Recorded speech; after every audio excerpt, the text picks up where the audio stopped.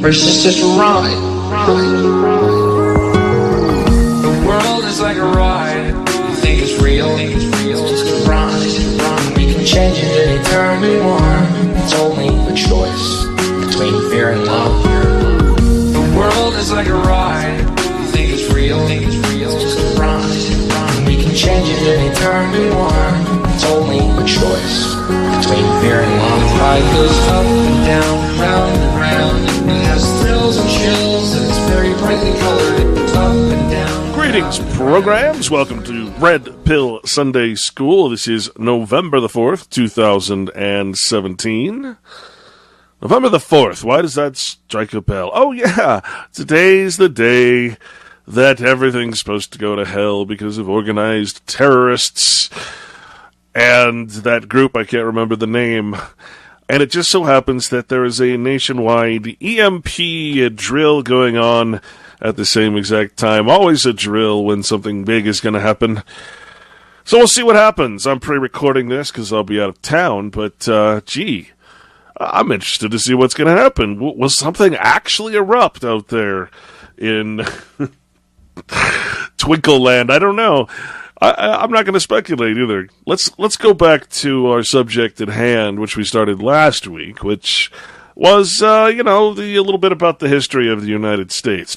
History, first of all, has to be talked about, as we touched on last week. And I'm going to release a blog on this before I go. You can look for that at realityblogger.wordpress.com. Its title is A Matter of Time. A Matter of Time.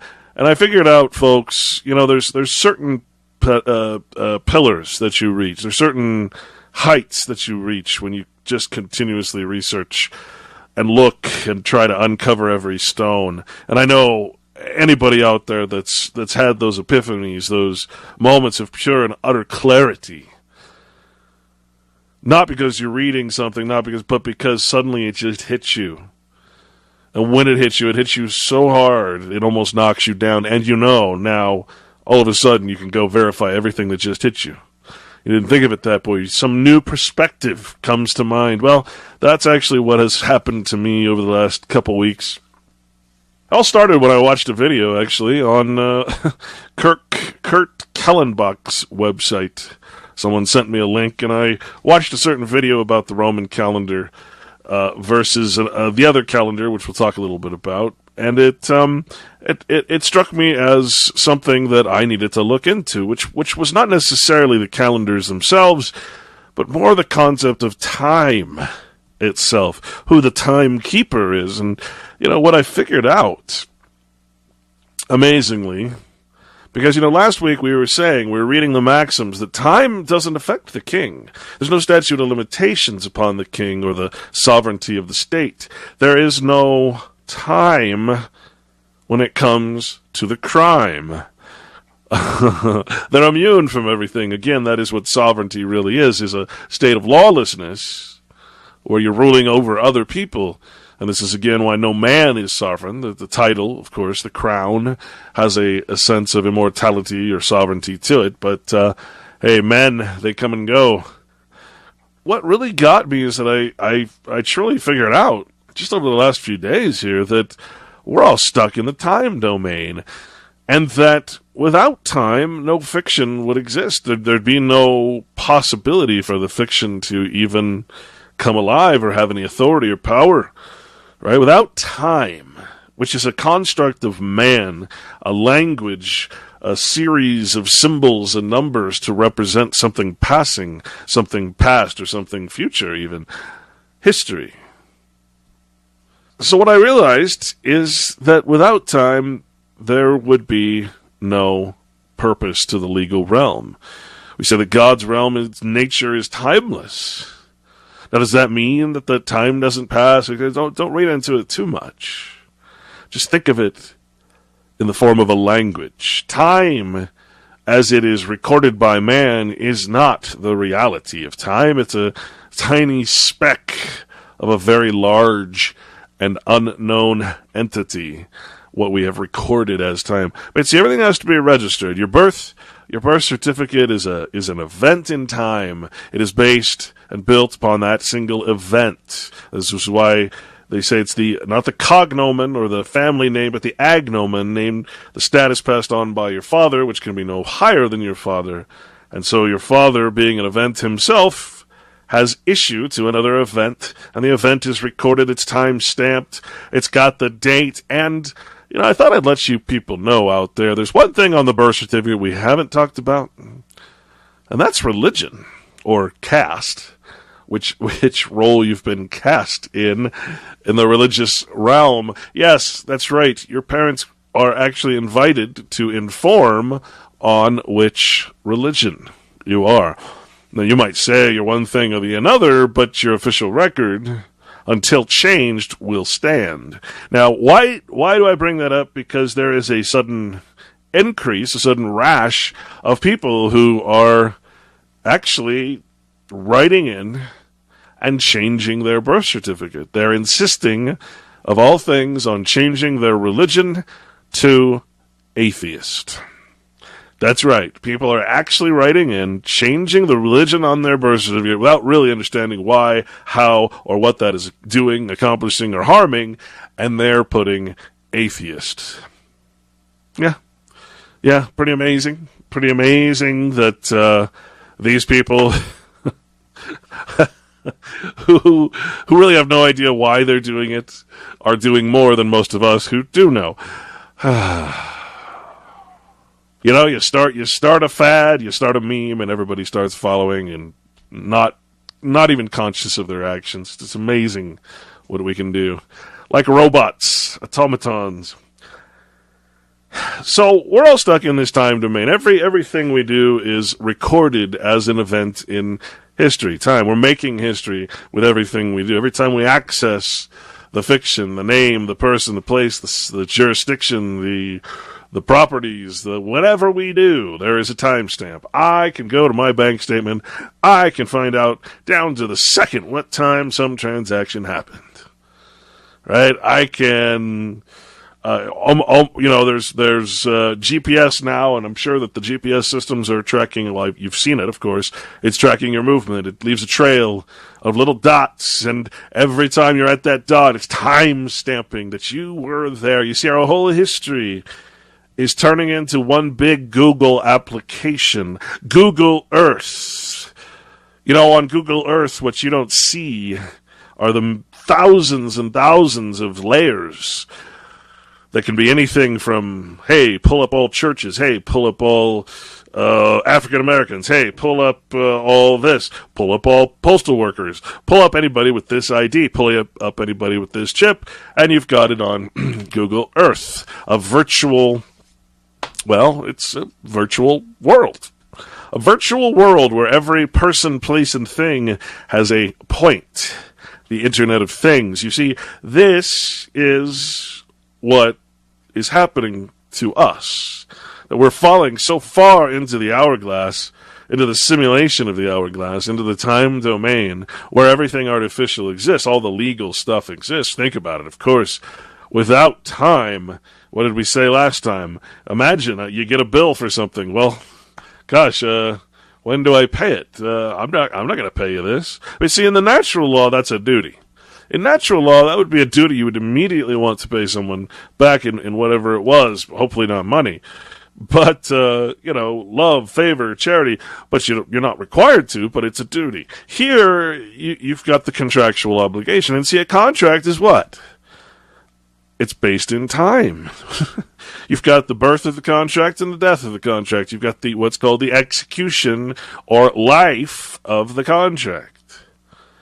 You see, in the time domain, a contract lives. Those who contract have virtual lives. This is the time domain. This is our problem. This is where all legal things, all things of the artifice exist. Think about a cartoon. What is a cartoon but a bunch of pictures? And when you move those pictures fast enough, you suddenly get motion. And each one of those little pictures has a timestamp. See, that's what I work with in my profession. The timestamp. Ah, yes. And you can go frame by frame and you can see every single picture. And if you go frame by frame and you look slowly at every single picture, well, then you realize that cartoon doesn't actually have life. If I look up the life of the person, Clint Richardson, what do I find? Oh, look, he went to the Mexican restaurant here at 5:15 p.m. on Tuesday, according to his record, his bank account, and that timestamp. Oh, look, over here, he paid some bills. Oh, look, here we have him crossing this street light. Oh, the chip in his license plate says this and this. Oh, his cell phone tracking says this and this. And you have a series of lines and graphs and everything else that makes up your current history. Can't have history in the future, obviously, but you could have predictive programming. You could have predictive software that'll probably guess where you're going. In fact, today, I've noticed that some cars that have these navigation systems, they automatically say, hey, if you're going to work, looks like you are, you might want to take this new route. Wait, I didn't tell you I was going to work. How do you know I'm going to work? Well, because you go to work every morning at 8:30, it just knows. Just like when you're talking around your computer, which of course I do a lot of, it listens to me. And, you know, if one time I was talking about finding meeting rooms, and, you know, since that day I've had the same damn ad for meeting rooms come up because I talked about it so much. I said the word meeting rooms so damn much, right? If I was to sit here and repeat the word crochet, gosh, I want to crochet. Gee, I wonder if there's a crochet store around. Hey, would you like to come crocheting? I guarantee that eventually my computer is going to start telling me about and showing me personalized ads because I've mentioned the word so much. Screw you, Da Vinci Meeting Rooms. I don't want your freaking business because you're a company that pays for internet searches and internet spying. Just, go away. This, all because my history says I'm looking for meeting rooms in the next 6 months. You see, we're on this Google Earth, on this digital globe, whether it's flat or not, doesn't matter.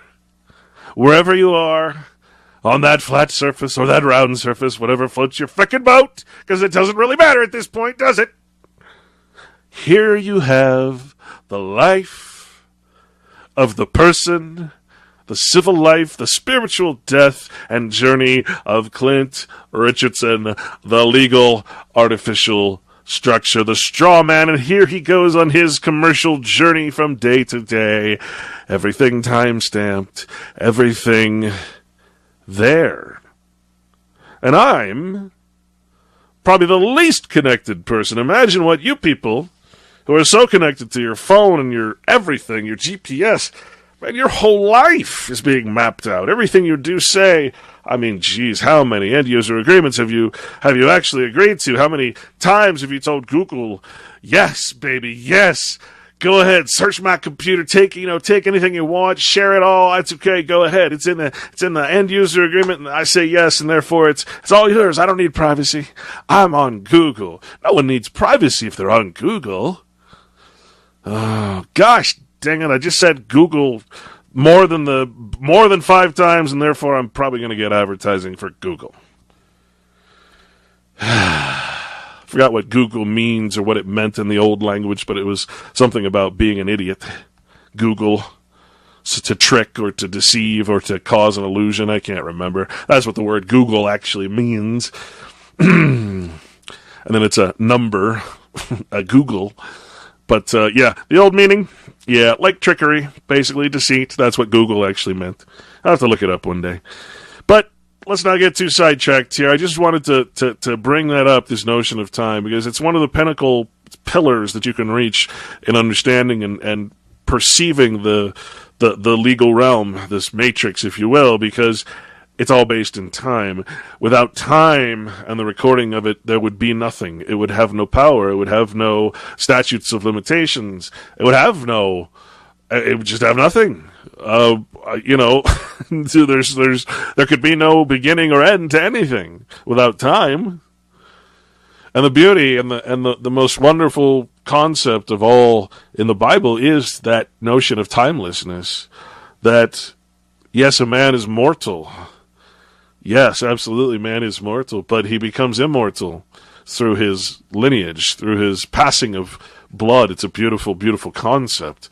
It's the eternity, if you will. To live eternally is not to have a beginning and an end, not to have a birth certificate and a death certificate, not to have the execution of a contract, but to live and to provide and cherish everything because you know that your children are going to live, come in your footsteps, that their children will live and their children and will continue and thrive because you did everything you could to follow and preserve their nature and the nature around them.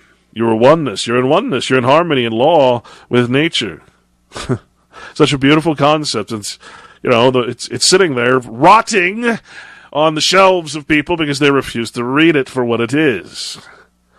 It's so sad. I'm so saddened by that thought alone, that the answer is sitting on everybody's bookshelf or put in a closet or in a storage shed or in a hotel or, well, of course it's everywhere. It has to be everywhere. It has to be openly accessible because without the notion of the possibility of you accessing it, the fact that it's published and it's sitting there for you to read means that it's published, means that the system can operate because it has disclosed the law to you. It's your choice not to read it. It's your choice not to act in it because you haven't read it. It's your choice to absolutely hate it because you haven't read it and because you've heard around the way it's not a good thing. Like seeing or not seeing a movie based on what a critic says. But I digress because we're talking about history. History is, of course, the recording of the time domain. And just to be clear here, let's consider this for a moment. Now, somewhere we got off track in time, right? Somehow we got separated from the former timeline, right? So right, we're living in an alternate timeline. Did you realize that? Oh no, I'm not talking about these false paradigms and these controlled psychological operations that are going on. I don't mean that kind of alternative timeline. No. I mean the legal system that started at year zero. This timeline that began at year zero.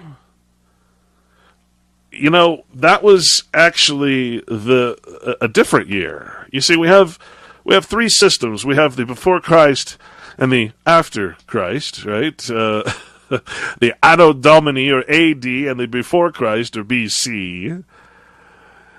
And of course, that's the Julian and the Gregorian calendars, basically the Roman calendar. The medieval term Anno Domini means in the year of the Lord, sometimes mistranslated as in the year of our Lord. In this system that we're talking about, this other calendar, it starts at 1. And it goes, and it's in the year 5778. Perhaps you think that's the Masonic calendar, the Jewish calendar, the Hebrew calendar. It's got a lot of names. But it tracks the AM, the Anno Mundi, which is Latin for in the year of the world. I won't even try to pronounce the Hebrew term for that. It is also, the Hebrew version of that is from the creation of the world. So you know how they say the Bible, the real staunch Bible people, they're like, yeah, Earth is only 6,000 years old. Well, 5778 to be exactly, because to the year 5778 on the quote-unquote Hebrew Anno Mundi, in the year of the world, you see, why do they say that? Because to them, this is the Babylonian creation story. So it's very difficult to not talk about this without going into all of the Amish and all the Babylonian creation mythology, which is actually what Genesis is a copy of. And It's very difficult not to talk about that while talking about this. So let's just trust me when I say the Babylonian calendar. My personal word for it.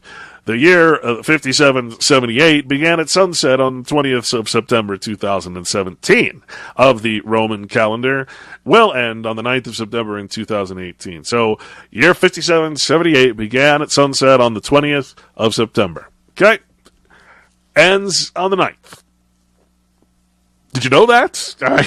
Maybe you've heard that Masonically. Maybe you've heard that song, in the year 5559, right? But, otherwise you don't really hear about the Anno Mundi calendar. You don't hear about their true calendar, And I'm honest, I'll be honest, I can't go any farther and say anything more about this. I can see though that 2017 in their calendar happened. It seems like it happened 3,700 years ago, which means that we're all acting as historical characters, dead people, dead persons, right? In Mort Main, dead hands, in Cesta Cuvée, the dead trust, right? But I also noticed that the calendar starts, again, the biblical notion of the age of the beginning of the creation of the world, which, again, in my opinion, is talking about the legal world, like it's so hard to explain. But remember, the gods created the heavens and the earth. The gods, the Elohim, and only in the second chapter of Genesis did Jehovah come along, right? So it reads to me as the gods created the legal system. They created the before Christ and Anno Domini system. So we're in this Roman or Julian or Gregorian calendar while they're in a different timeline. Their timeline goes into, started way before ours and continues way after.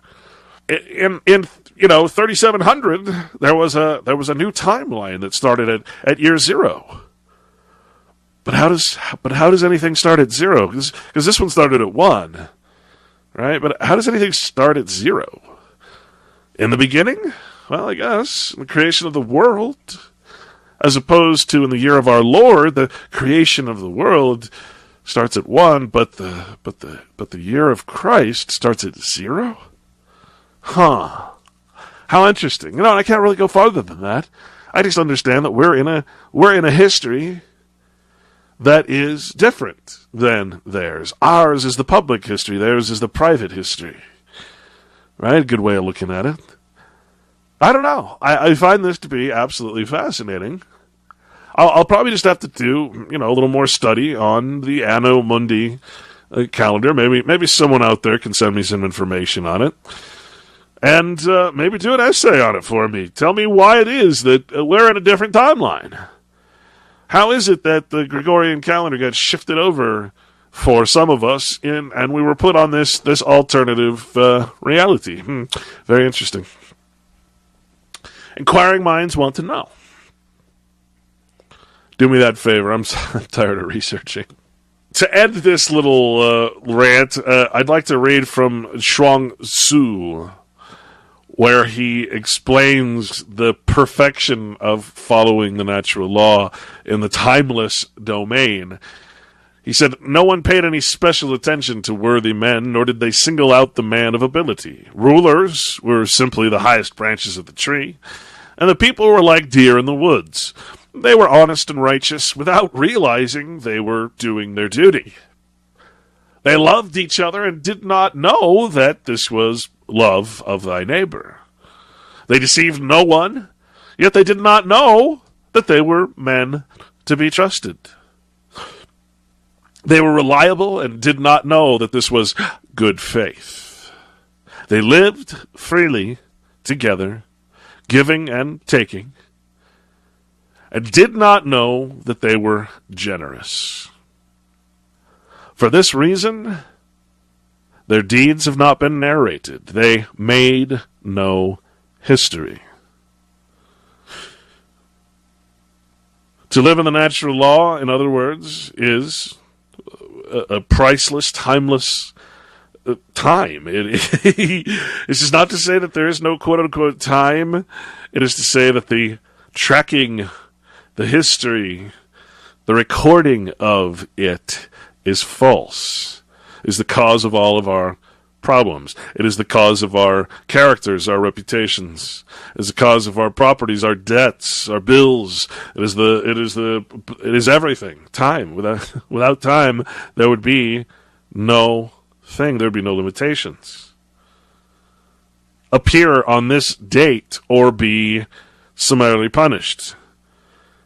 If it just said appear or be punished, there's no limitation. There's no time.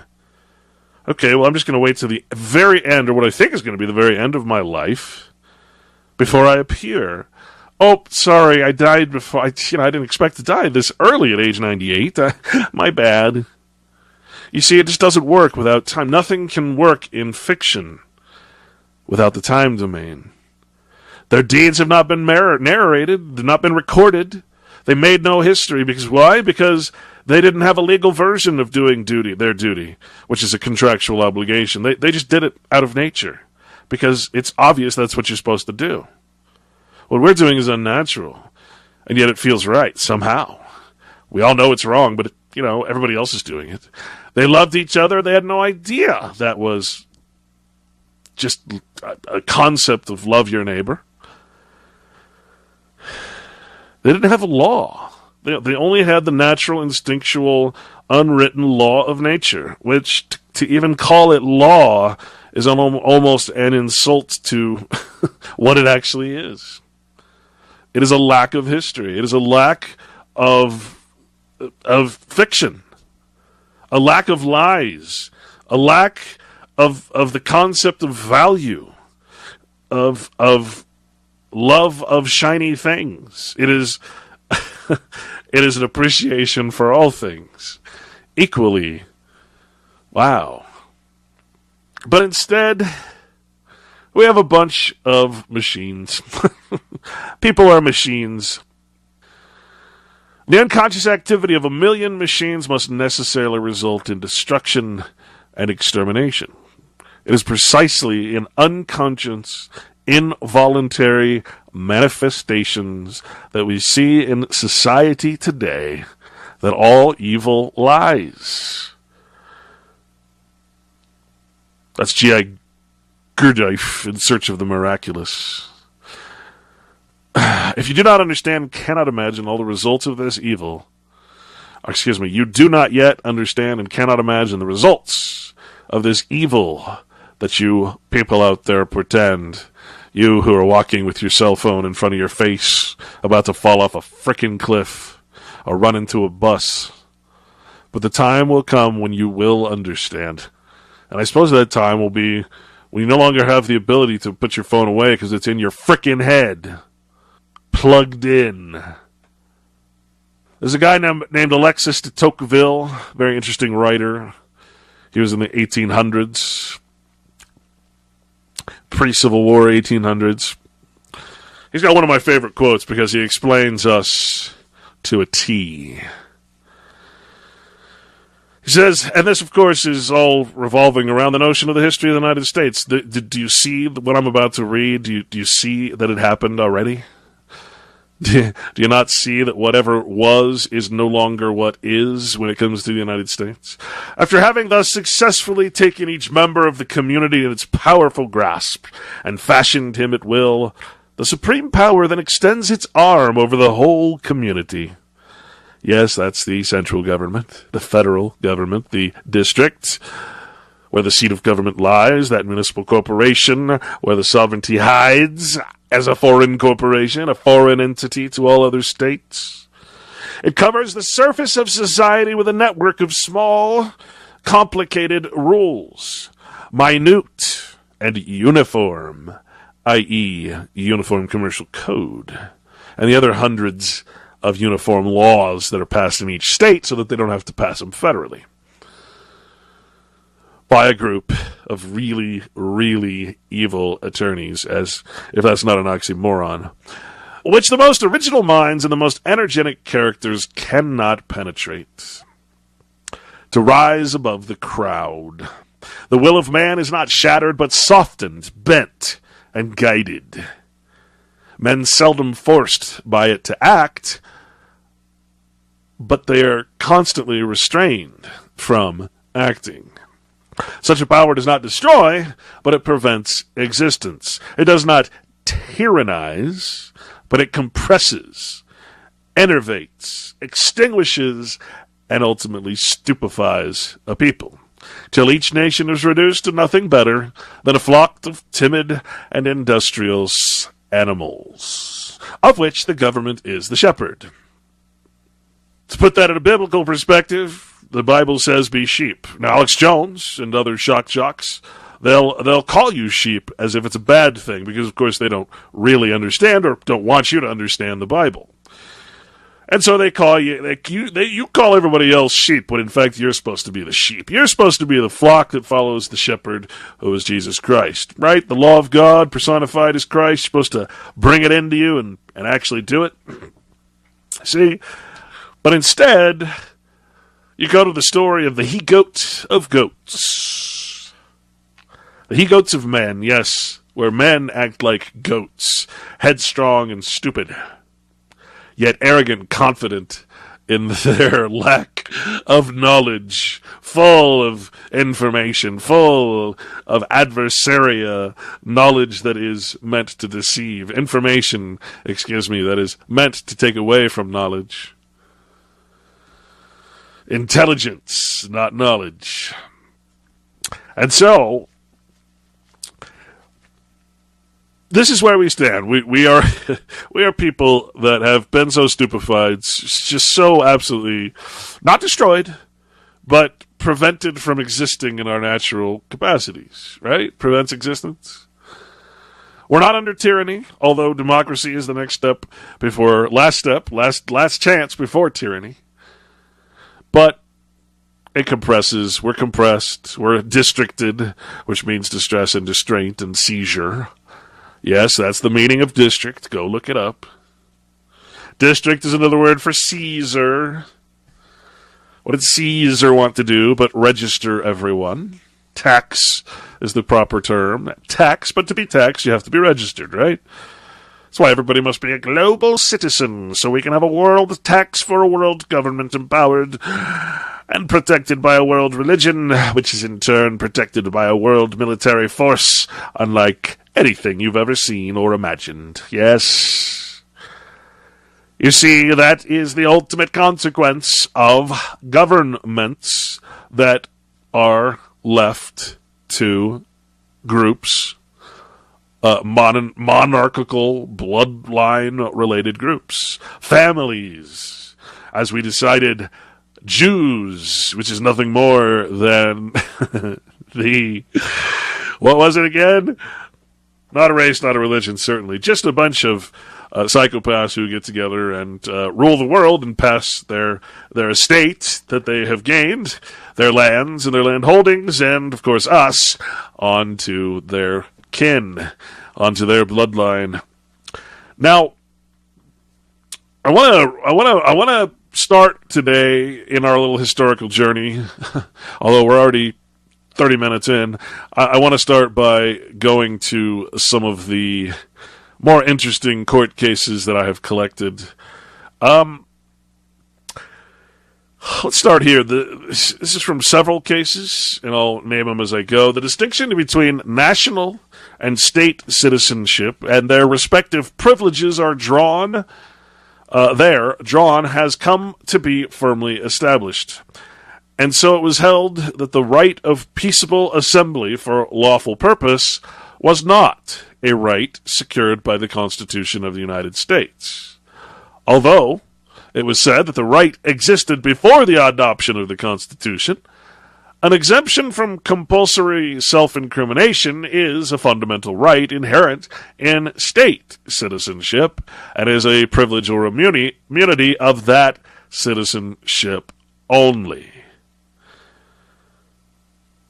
Okay, what is that saying, folks, in Walker versus Savinet, 92 U.S. 90? It's saying that the notion of peaceful assembly for lawful purpose falls under the doctrine of compulsory self-incrimination.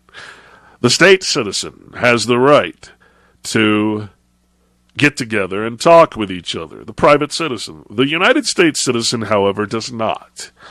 Because this is a constitutional quote-unquote right, which means it's a negative right, which means it is telling you that the government cannot do something, not that you can.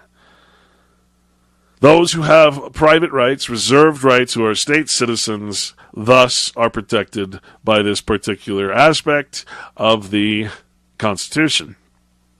It goes on. It says, although it was said that the right existed before the adoption of the Constitution, an exemption from compulsory self-incrimination, meaning you met together and were caught, is a fundamental right inherent in all state citizenship and is a privilege or immunity of that citizenship only. It also says the right of trial by jury in civil cases guaranteed by the Seventh Amendment, and the right to bear arms guaranteed by the Second Amendment.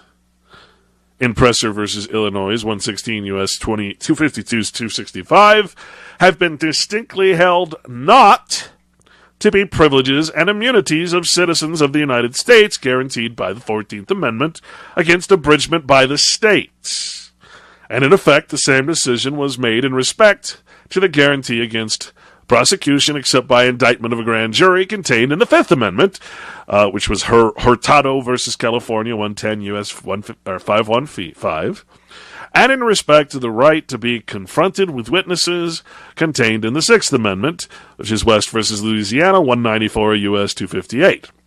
In Maxwell versus Dow, Supra, where the plaintiff in error had been convicted in a state court of a felony upon an information, remember, a ticket is or is not an information, depending on whether it's informing you of a court case, a crime, right? So it's an information. When I got a warning ticket, it told me straight up, this is not an information. Therefore, I knew I wasn't informed, they can't be enforced. But an information is something enforceable. That's why they have to timestamp it and put a date on there and say, appear here. It's an information. A plaintiff in error had been convicted in a state court of a felony upon information, and by a jury of 8 persons it was held that the indictment, made indispensable by the Fifth Amendment, were not privileges and immunities of citizens of the United States, as those words were used in the 14th Amendment. Now, what's going on? What is this whole 14th Amendment thing going on? What do you mean protected against the states?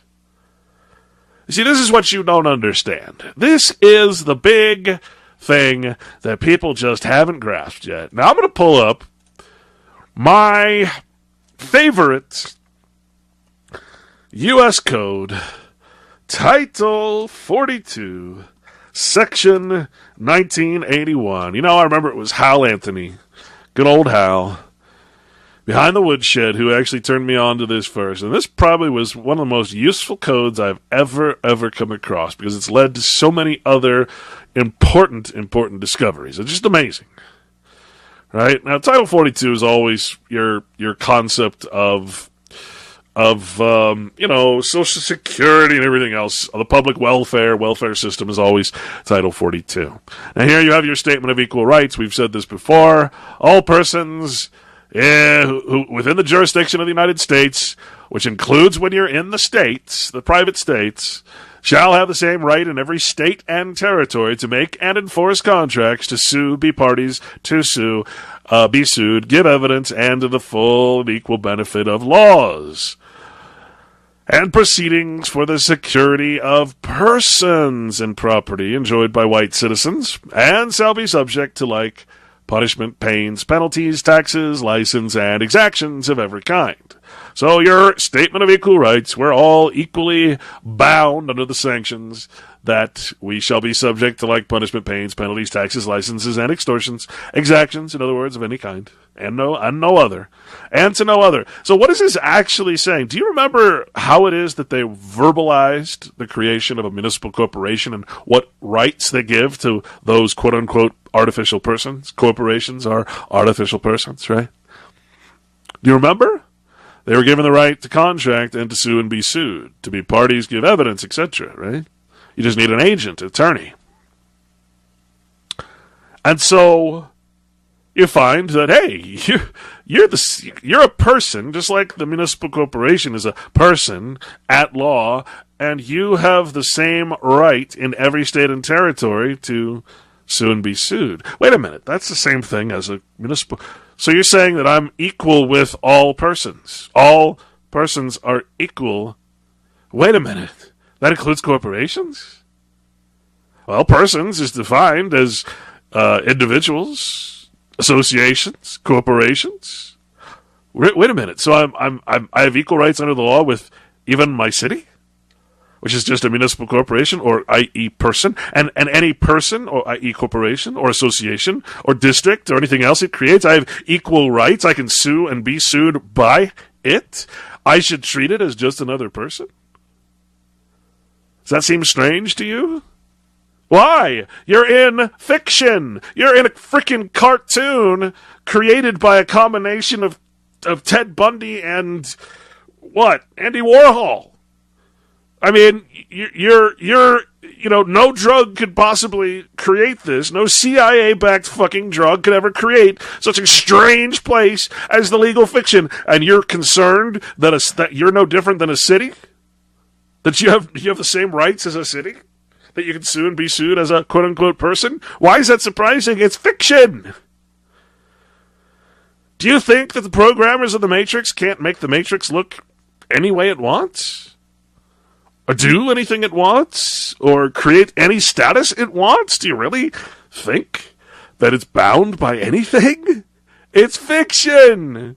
It's bound by the imagination of the gods that create it, the artistes who create the devils that create the legal system. What makes you think there is any limitation to the king, to the sovereign? And this is important because guess what? You think that your municipal corporation is the sovereign government. It is not. It has nothing to do with sovereignty. Its sovereign is that which allowed it to be incorporated, which is the state. It doesn't have sovereign capacity. No city, and therefore no officer of a city, has sovereignty. Sovereign is the state. Just like if you're a private citizen, the state is your sovereign, and if you're a U.S. citizen, the corporation, the United States, is your sovereign. But to the United States, the corporation that's housed the seat of government in Washington, D.C., it has a sovereign too. It's called the people. You see, citizens don't have the rights guaranteed, the guarantees of the 10 Bill of Rights. They are for state citizens, i.e. we the people and our posterity. You see, you must get it out of your head that you are one of them and they are one of you. You must get it out of your head that Jews and Christians can live side by side. You must get it out of your head that your opposite, your adversary, is also yourself. Yes, to know yourself is to know your enemy, absolutely, because that's ignorance. A lot of times it's voluntary ignorance. But you must stop equating yourself to these quote-unquote people who created, first, the colonies. What is a colony defined as? A plantation or a farm where they can hold slaves. Secondly, the states, which are just colonies, which are still plantations and farms. But we've moved on from involuntary slavery into voluntary slavery according to the 13th Amendment, which makes room for the 14th Amendment, the feudal, contractually feudalized slave, one who volunteers to be in a performance debt slavery. You see, that is the purpose of the creation of the United States, the corporation, after the Civil War, to give all Negroes, as it says, a status, which, when you read the documents, what does it say? It says we are enfranchising the Negroes into the system. And remember, anybody who contracts with the United States in the District of Columbia is also its resident or inhabitant. What does that mean? Well, that's where Horace Greeley's quote comes in, which is actually, there's way more to that hopefully we'll get into sometime. Where he says that it wasn't that we elevated the slaves, it's that we lowered the common people, whatever your nature, your color, your blood, if it's not being tracked, right, to a common enfranchisement, a common freedom, a common wasteland, basically common place for all slaves, all workers, all those employed or used. This is what the United States is. Why did the states then create these Bill of Rights? Why were they demanded afterwards as amendments, i.e. articles of the Constitution? Well, because they realized what was happening. They realized, holy shite, there's a bunch of psychopaths creating a new corporation.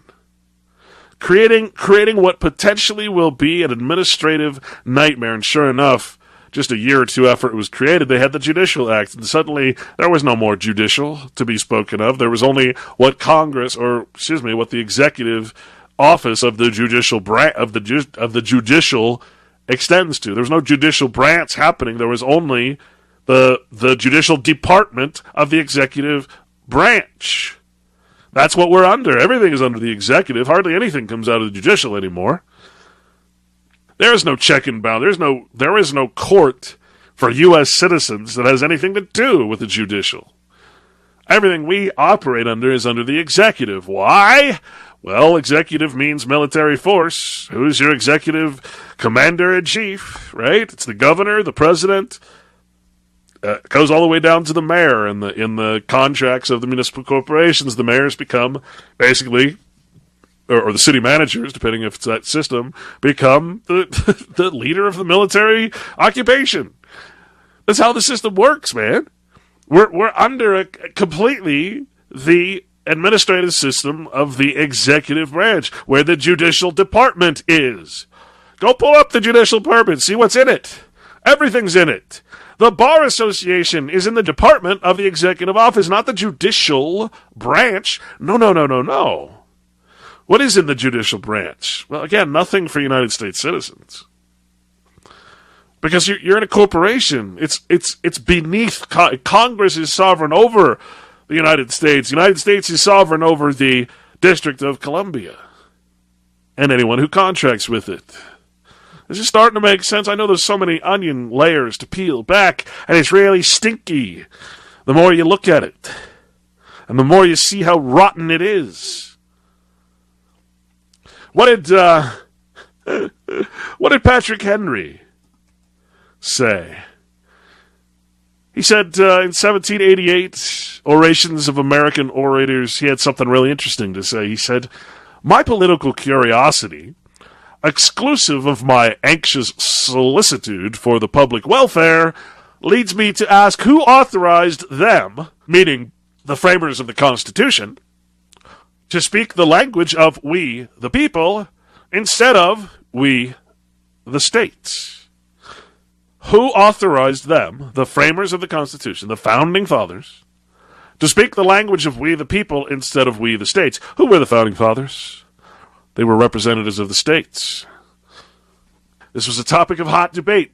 No, we should say people. No, we should say states. No, we should say people, we the states, in order to form a more perfect union. But you see, that's not what their goal was. That's not what this Masonic cult, every single one of the Masons, was. They weren't interested in creating an even better place. No. This was all about commerce. This was all about creating the commercial enterprise that is United States Incorporated.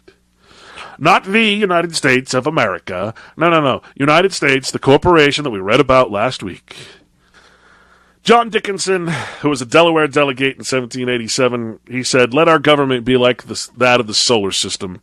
Let the general government be like the sun, and the states the planets. Repelled, yet attracted, and the whole moving regularly and harmoniously in several orbits." Oh, but the Earth is flat, so I can't take that seriously. I can't learn the moral lesson from that because I believe the Earth is flat, and therefore I don't accept that.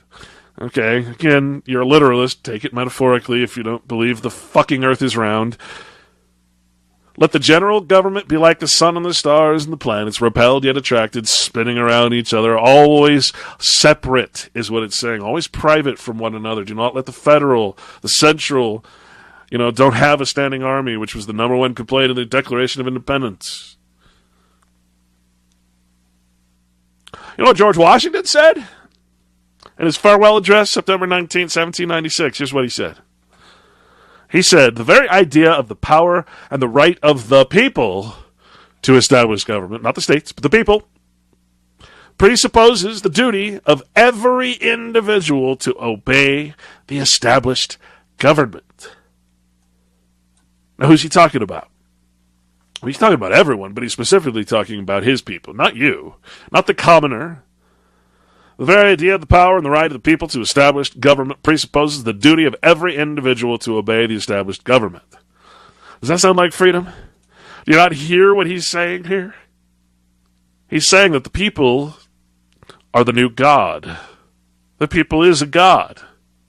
The presupposition of God is to follow God's law, that you would follow God's law. The presupposition and the idea of the power and the right of the people as a God, as a single corporate entity to establish a government presupposes the duty of every individual to obey the established government.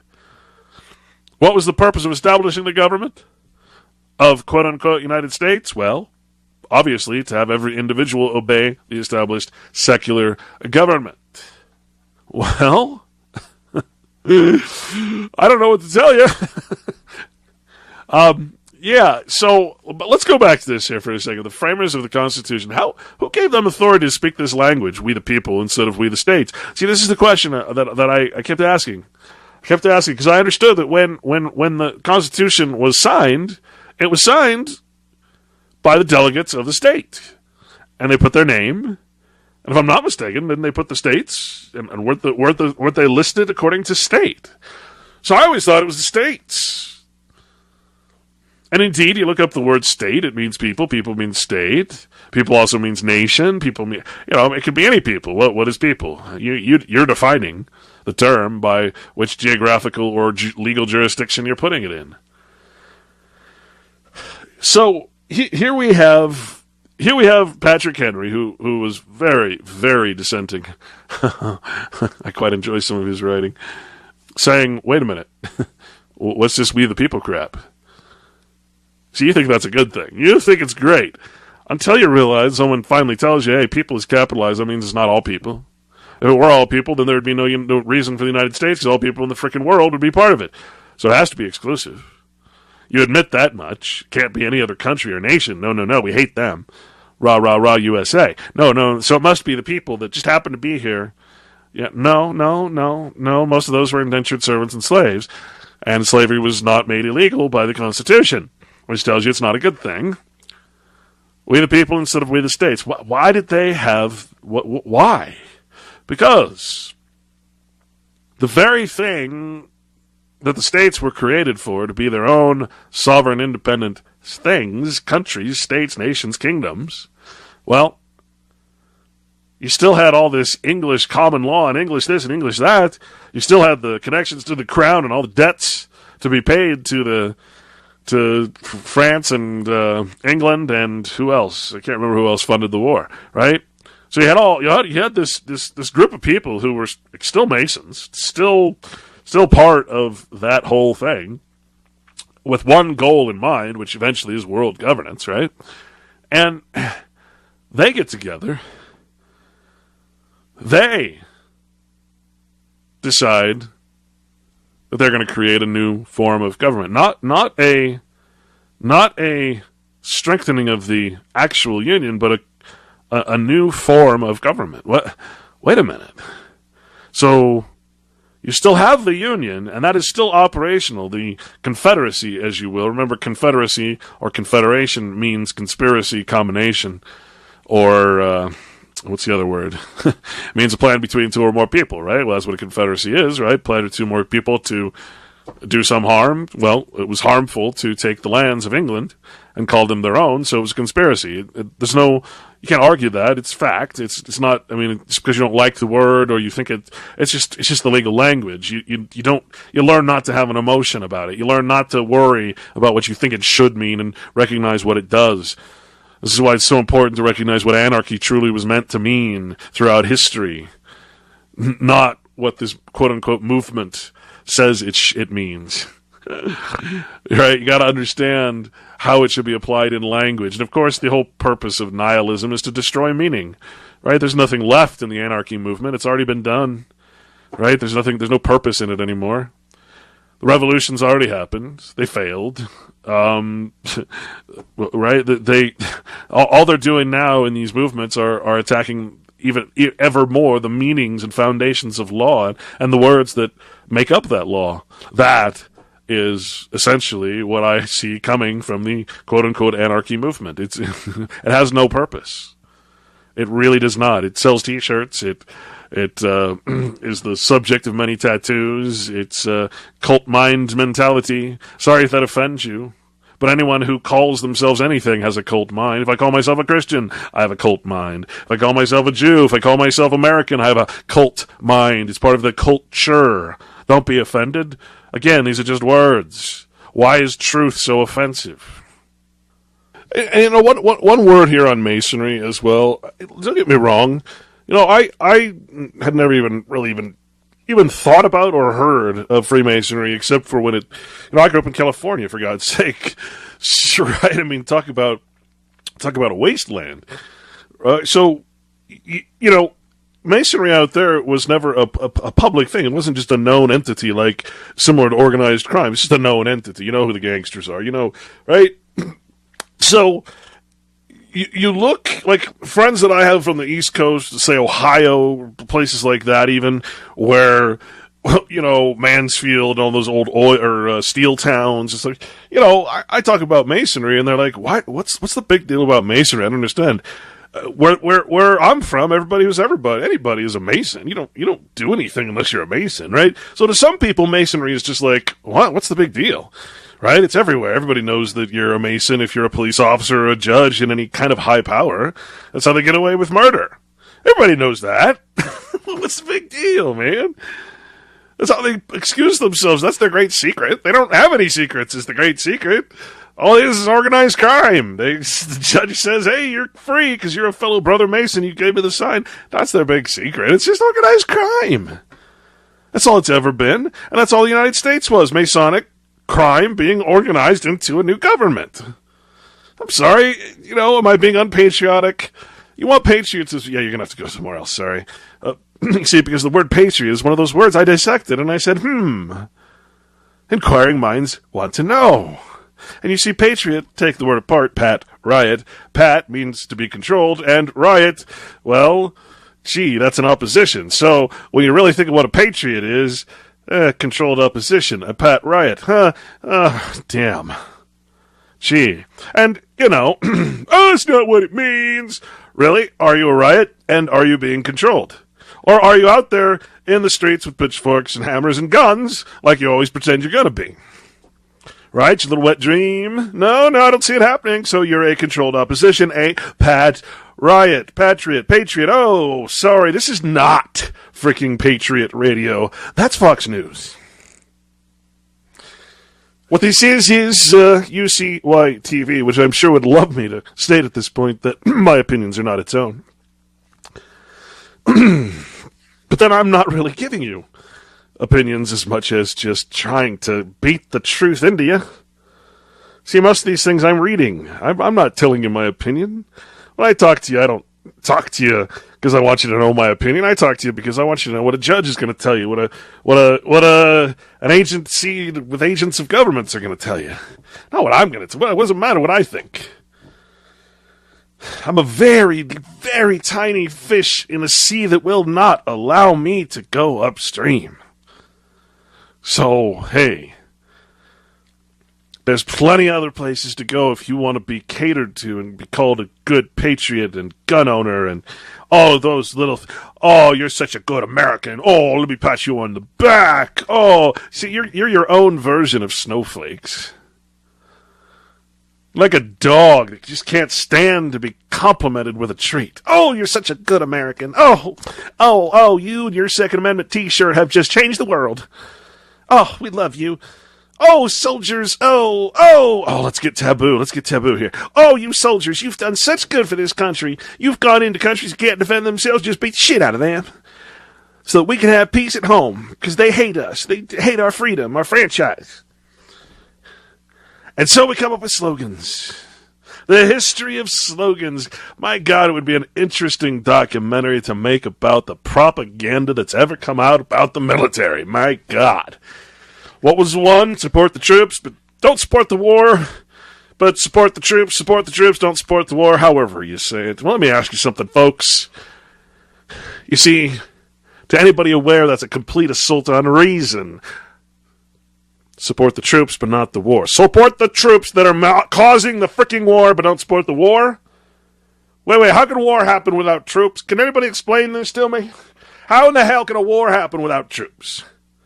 Oh, but the troops are innocent. Wait, how can you be innocent if you're the thing causing something? Support the troops, but not the war. You see, that got shortened to just support the troops. Everybody forgot the unreasonable part. It's completely illogical, makes no sense whatsoever.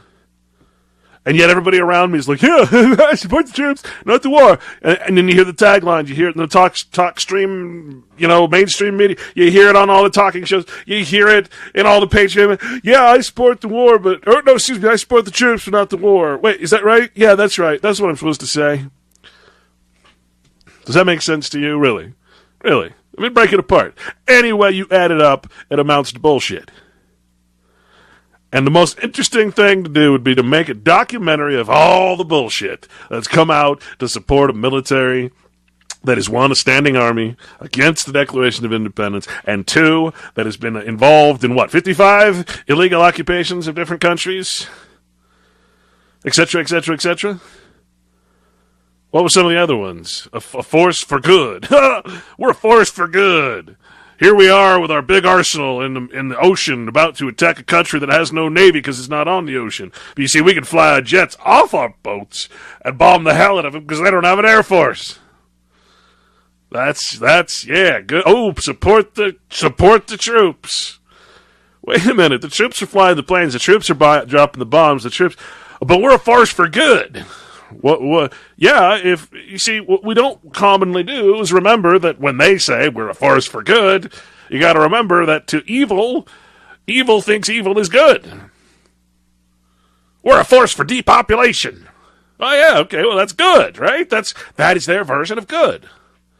We're a force for spreading nuclear radiated material on our weapons and therefore causing birth defects and more depopulation. That's because we're a force for good. Okay, that's good. Okay, great. We're going to drop napalm and burn everybody to a crisp in the forest and make sure nothing grows there for a few years. Trademark Monsanto. And, because we're a force for good. It's good to incinerate every life form in existence. It's good because we're a force for good. Really? Yeah. I buy that about as much as about support the troops and not the war. What a line of crap! I've just been told that once again I must state clearly that the opinions of the hosts are not necessarily the opinions of UCY.TV. Thank you very much. You can see I'm kind of in an ornery mood. So let's continue here. Let's continue with the quote-unquote history of the United States. Remember, the only true history is that which was written down as law, right?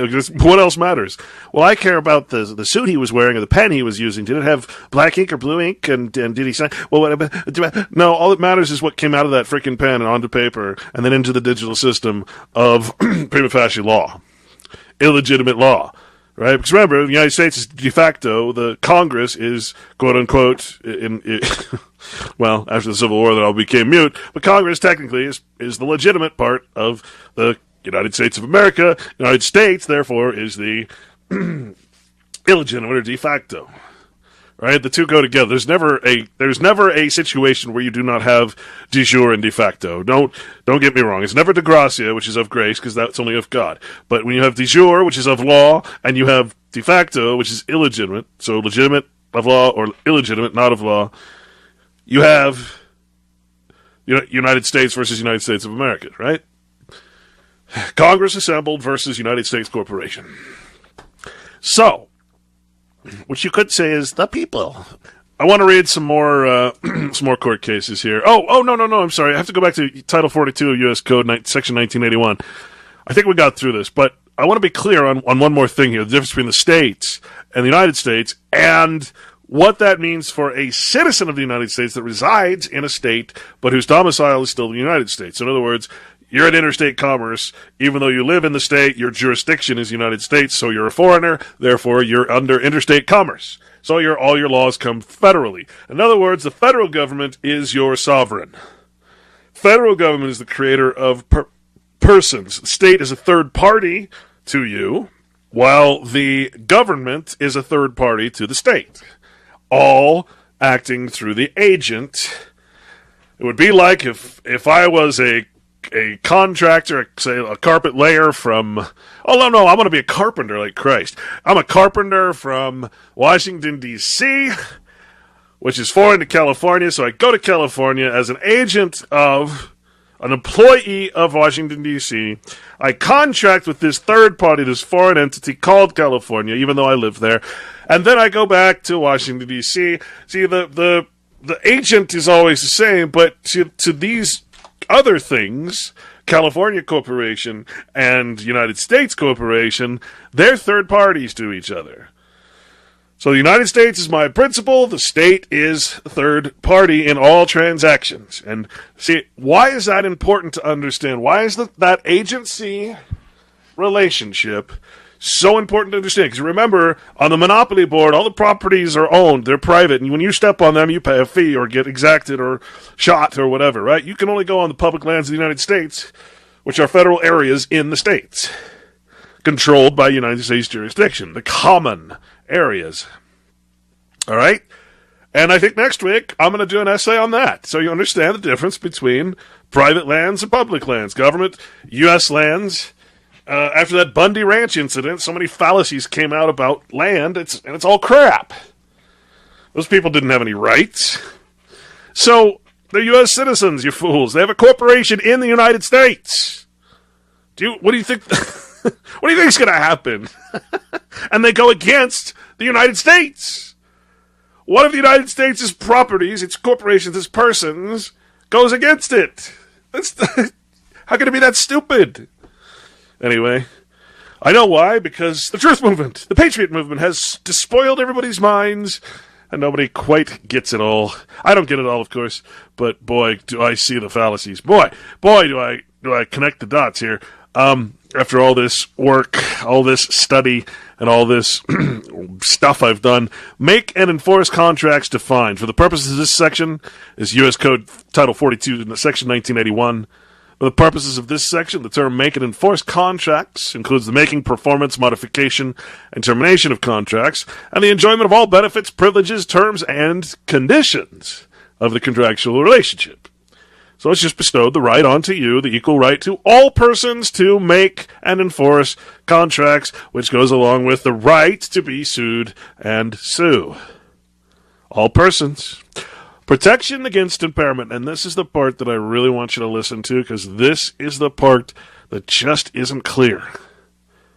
I want to make it clear so that you know at all times where you are, what jurisdiction you're in, and who it is that you're dealing with as a foreign third-party entity. Remember, the United States is your principal. You are its agent. The state you reside in as a United States citizen is your third party. It is who you contract with. You don't contract with government. Your citizenship is a contract. It's an agency, and you're surety. But you have the right to contract as a person of the United States, property of the United States, with third parties, which is why the public governments of the states were set up in the first place, to handle the many U.S. citizens, i.e. the commoners, the goyim, whatever you want to call yourself, the peons, the working class, not or non-elite, not the people and their posterity, not the private landholders, which not the state, right? So this has to be clear so that you always understand who your side is and who your enemy is, or who your adversary is, the third party that you're contracting with, right? Make no mistake, a contract is always with someone that's adversarial. Otherwise, you wouldn't need the contract. If you agreed on everything, you're going to shake hands and be on with it. But you see, you make a contract because you know you can't trust men who've been corrupted by mammon. You can't. That's why you need no contracts, no words, no papers, no oaths in and under God's law of nature. You don't need it. A man's word is his promise to God. To break a promise to God is the ultimate sin. No contract, no legal anything, no insurance. And so, this is the most important part right here.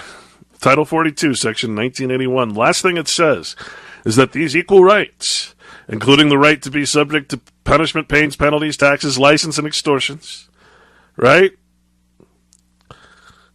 These rights, including the right to make contracts, make and enforce your performance debt, and the right to contract, be sued, be parties, give evidence, et cetera, et cetera, et cetera. Basically, the equal right and full punishment of the law, equally, amongst all persons. It says the protection against impairment. The rights protected by this section are protected against impairment by non-governmental discrimination and impairment under color of state law. Now you remember, states are quasi-sovereign. They are sovereign up to the point that they had given up something to the United States, i.e. the public lands are a good example, which is something we will get into next week. Explain what public lands really are. And why they are just sitting there waiting for you, as a private citizen of a state, to take them. What do you think the purpose of the Bureau of Land Management is? This is all land ready to be taken, but see, nobody's responsible. Everybody's caught up in the United States. You can't be a landholder in the United States. So that's why they're called federal lands. This is so important, folks. Your right to be put in pain, punished, taxed, licensed, and extorted cannot be interfered with by state law. Your right to be harmed and just absolutely harassed by the IRS, by the CIA, and whoever's doing it nowadays, the NSA. Your right to be completely and utterly controlled and manipulated and forced to do things that no man should ever do cannot be impaired by state law. Are you starting to see the problem here? Are you starting to understand the difference between a federal citizen, a United States citizenship, and a state citizenship? Now, inversely, the state citizen is protected against everything we're talking about here, because a state citizen is not a United States citizen. Only the United States citizens can be legally and rightfully, according to contracts, according to the very U.S. code they agree to tacitly, to be put in pain, punished, taxed, licensed, and extorted. Now, you're going to find the same thing said in the 14th Amendment.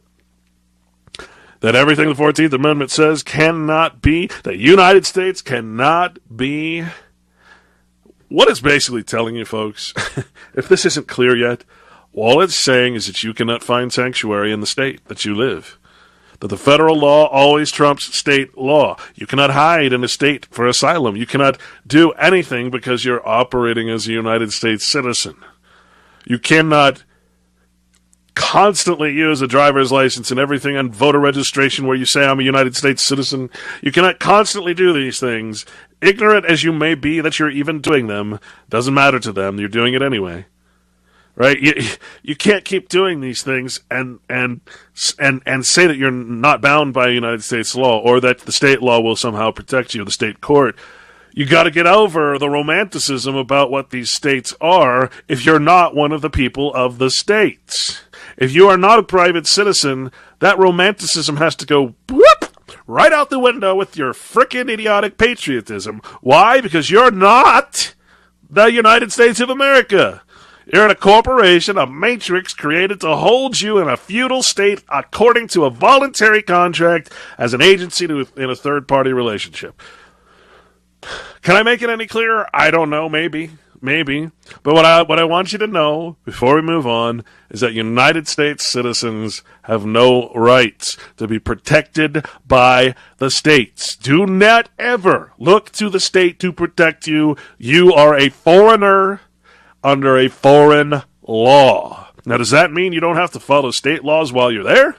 Absolutely not. Nope, you are absolutely required as a citizen of the United States to follow the local law of wherever you visit. Whatever country, under the law of nations, etc. Right? And that includes the states.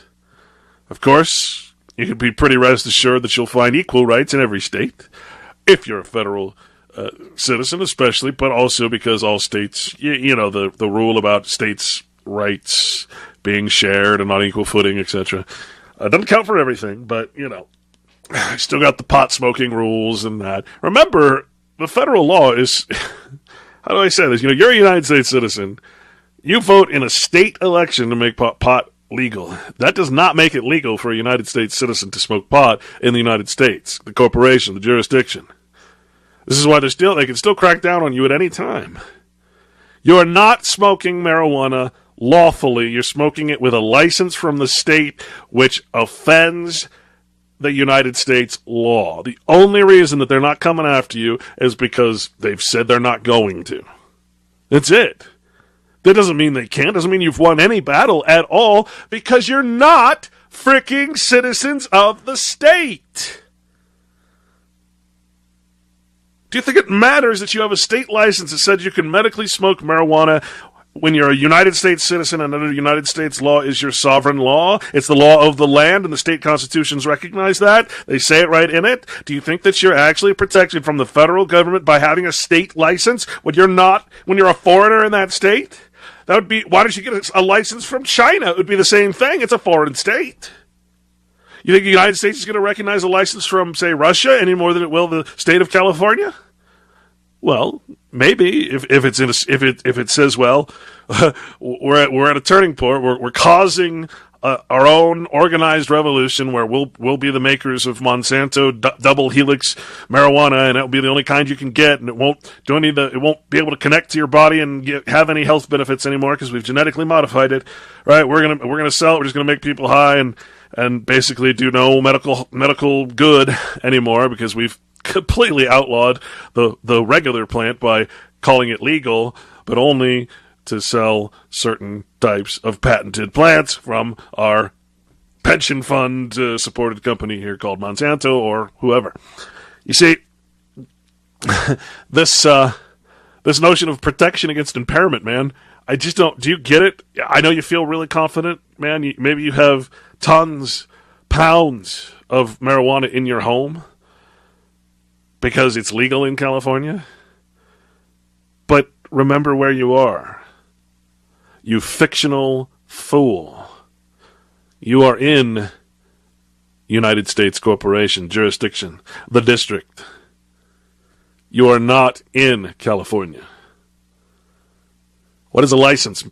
Remember, what license is a synonym, look it up yourself, a synonym for anarchy. License means, in its simplest terms, the ability to break the law. License means it is legal to do something illegal for others. It is a special privilege. It is permission to do something unlawful. Permission to do something illegal. That's all it is. That's why it's a synonym for anarchy. It's lawlessness. But I want to make sure that you understand this. The rights protected by this section are protected against impairment by non-governmental discrimination and impairment under color of state law. Go to the 14th Amendment, read about the same thing. You'll understand that the state cannot protect you, no matter what license it issues you, no matter what it tells you. The United States law and its court decisions are the law of the land. It's in the state constitutions. Do not be a fool. That's all I can tell you. Whatever you're collecting that you think is legal because the state says it is, and the federal government says it's not, trust me or not, I'm reading right from the law. You do whatever you want, but you better think twice about the difference between the law of the land and the law of a foreign corporation you're living in as an agent, a guest. You really better think about it, because I can see that as being the great infiltration of knocks on everybody's door. Hey, you're breaking federal law. But I live in California. Well, it's federal law of the land, sorry. Due process of law. That's what law of the land is defined as. Due process of law. Court decisions, right? Due process of law. That's all it means. It's not romantic. It doesn't have anything to do with actual land, you fools. It's due process. Due process of law. That's what it means. But it's flatteringly titled as the law of the land, which just sounds so romantic, doesn't it? It's like the land comes alive and gives us the legal system. No, don't confuse. Don't get confused between legal and natural. There is no land. There are no men. There's nothing living in this alternative timeline of history where dead people roam the earth in false personas, masks, with their false flattering titles, living spiritually dead lives according to the civil or law of the dead.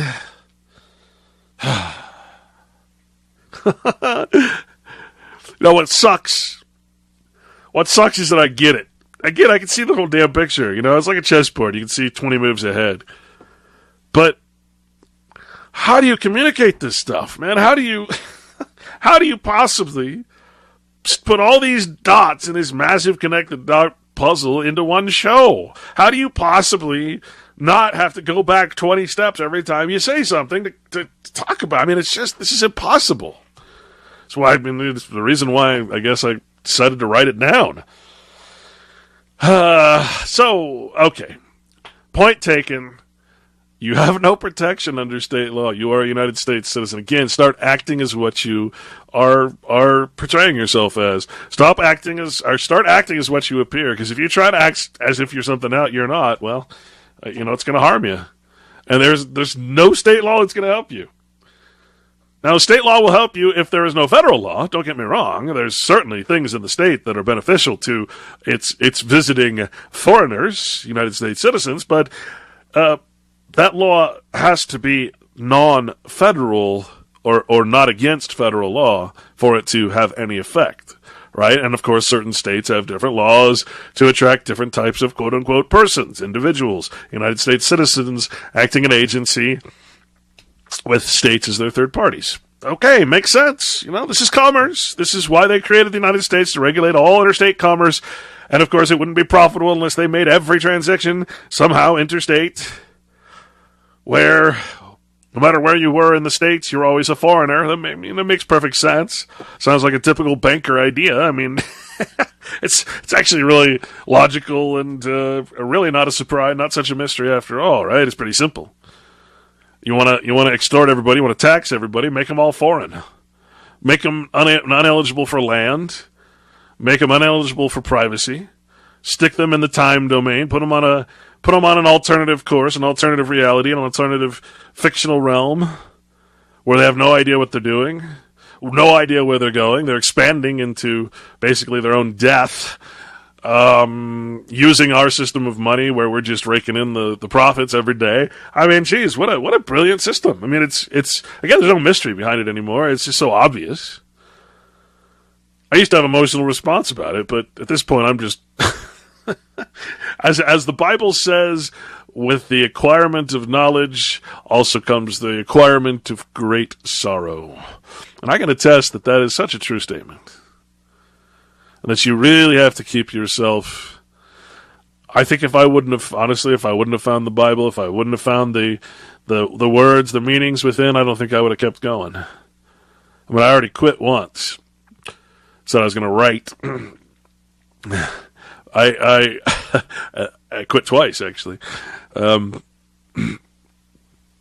So I don't know what to say. I'm rambling, so I'll get back to the subject at hand. So that we are now hopefully absolutely clear, though, that there is a difference between, and one is not similar or the same to the other, a U.S. citizen of the corporation, housed in the municipal corporation called District of Columbia, the seat of government that Congress created and is sovereign over, and operates as members of the ethics committees, which basically means employees.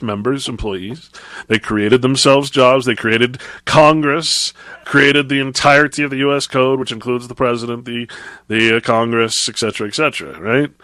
So the judicial create everything into the executive branch of the United States corporation, and nothing left in the check and balance of the judicial, except maybe the Supreme Court, which I'm not even sure that would be an accurate statement at this point. So I'll leave that one as a cliffhanger. Let's go back to some of these court cases, because now we can understand.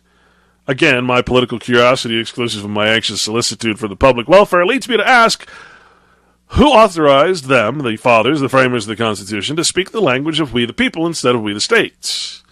Well, again, they created a slave colony, one big corporate structure for the protection of slave owners and landholders. So, where do we go from here? Oh, this is good. This was an act to provide for care and preservation of the work constructed by United States. Okay, listen to that. An act to provide for the care and preservation of the works constructed by the United States for bringing the Potomac water into the cities of Washington and Georgetown. So there's a difference between the United States and Washington and Georgetown for the supply of said water, etc., etc., etc. So how did they say this? Now, again, Corporation Nation, folks. Why did I call it the Corporation Nation? I'm going to read this to you. I'm just going to skip around and read the important parts here. Be it enacted by the Senate and House of Representatives of the United States of America in Congress assembled. Now, notice here, be it enacted by the states of America in Congress assembled. The Congress is there representing the sovereign states as a union. This is the legitimate government meeting. Although it is right before or right after the Civil War, somewhere around there. And this is the beginning of changing Washington, D.C., of course, into its own district, its own foreign entity outside of all states, and, of course, creating then the seat of government, the United States Corporation, etc., etc. So, be it enacted by the Congress assembled, that in addition to the powers conferred upon the Corporation of Washington, again, the Corporation of Washington, by the second and third sections of the Act of Congress approved March 3, 1859, an act to provide for works, waterworks, etc., etc., etc., full power and authority are hereby given to the said corporation to levy and collect a water tax on all real property within the corporate limits of the city of Washington, which binds on or touches any avenue, street, or alley in which a main water pipe has been laid or hereafter may be laid by the United States or by the Corporation of Washington. No, it's not a corporation. So I read this just for that purpose, because this is the words of Congress. This is not Clint saying this or playing ad libs. No, nothing like that.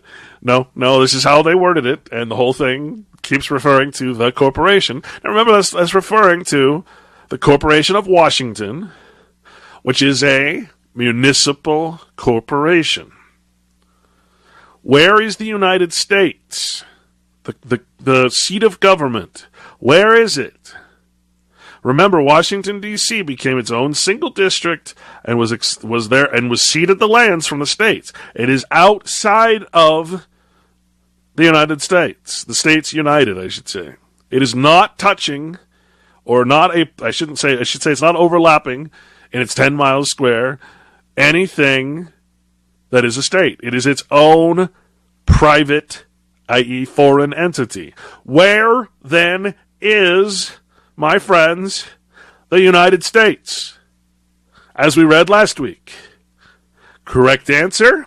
The United States is in a foreign corporation located outside of the 50 states of the Union, What does that mean? It means these guys literally created an offshore corporation and made it the seat of government.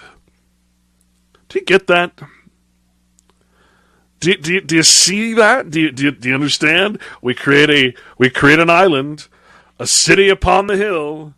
We make it the seat of government inside a corporation, a municipal corporation, and we rule from that foreign place.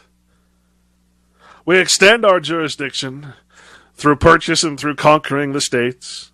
We, with our standing army, we force them into new constitutions, new compacts. We create federal areas through the Buck Act.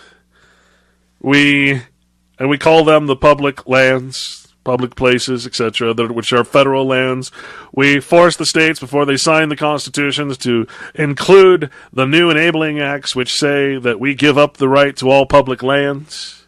As the state, the people, the state, we give up the right to all public lands. If you pull up enabling acts, you'll see that in every constitution after the Civil War, which is why, and we'll cover this next week, which is again why it is that the United States is holding so much of the public lands that are what you think are parts of the states, but in fact in the Constitution and of course the enabling acts, which allowed the Constitution to be created by the United States, we said, okay, part of this is that we have to agree to give up all public lands, and that's in some states that's more than half of the land. Nevada, for instance, I can't remember the numbers, 30-something% or whatever it is, 14% in like California, etc., etc. Utah is something like some crazy number, 80%. So it's all federally controlled land, and the state has no authority upon it. Which means when you're on that land, your authority is the United States, or any rule that the state has made that is not in competition or against United States law. It is so important to know at all times where you are and not to let romanticism and history blind you to the truth.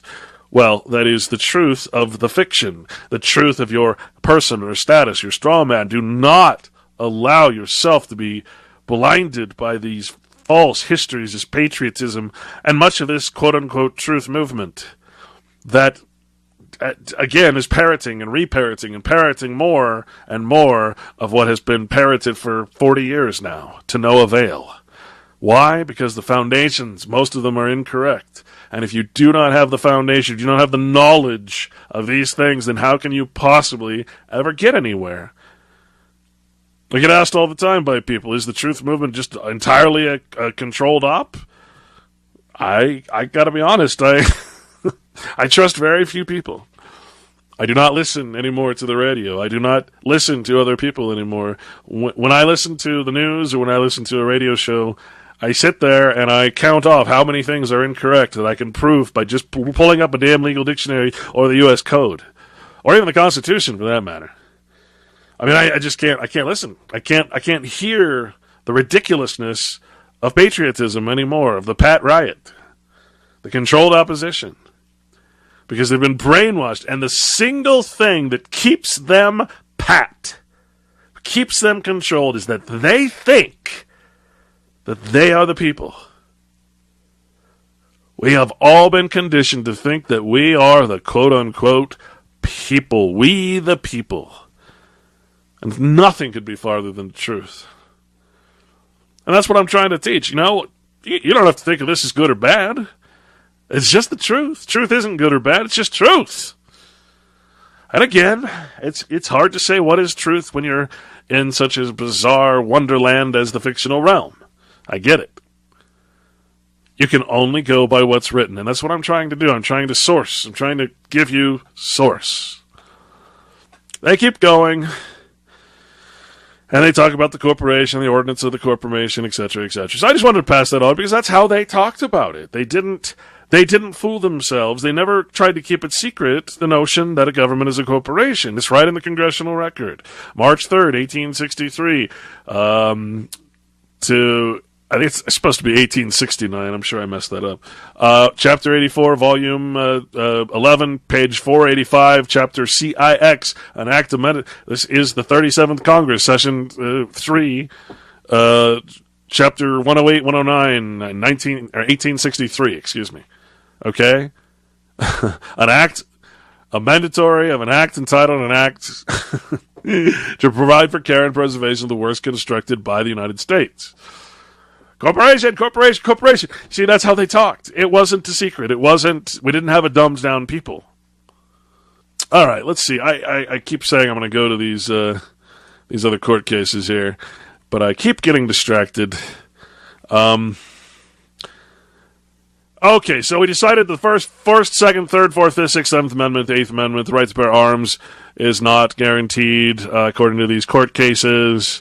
Etc. The Sixth Amendment, in respect to the right to be confronted with witnesses contained in the Sixth Amendment, nope. The respect against prosecution except by indictment of grand jury contained in the Fifth Amendment in Hurtado versus California, 110 U.S. 115. And Maxwell versus Dow Supra, we talked about that. Fifth Amendment, he was not protected by the 15th Amendment. Were not privileges and immunities of citizens of the United States, as those words were used in the 14th Amendment. Again, referring to the 14th Amendment citizenship, which again says the state has no right to protect United States citizens from United States law. The decision rested upon the ground that this clause in the 14th Amendment did not forbid the states to abridge the personal rights enumerated in the first 8 amendments, because these rights were not within the meaning of the clause privileges and immunities of citizens of the United States. We conclude, therefore, that the exemption from compulsory self-incrimination is not a privilege or immunity of national citizenship guaranteed by this clause of the 14th Amendment against abridgment by the states. In other words, the first 10 amendments, all amendments, the whole Constitution does not apply to United States citizens. It is the creator of them, therefore it is not restrained by them in any way. Does that not make sense? Property cannot be its own master. And it says, it is possible that some of the personal rights safeguarded by the first 8 amendments against national action may also be safeguarded against state action. In other words, federal law trumps state law, because a denial of them would be a denial of quote-unquote due process of law, i.e. law of the land, the Constitution. If this is so, it is not because these rights are enumerated in the first 8 amendments, but because they are of such a nature that they are included in the conception of due process of law,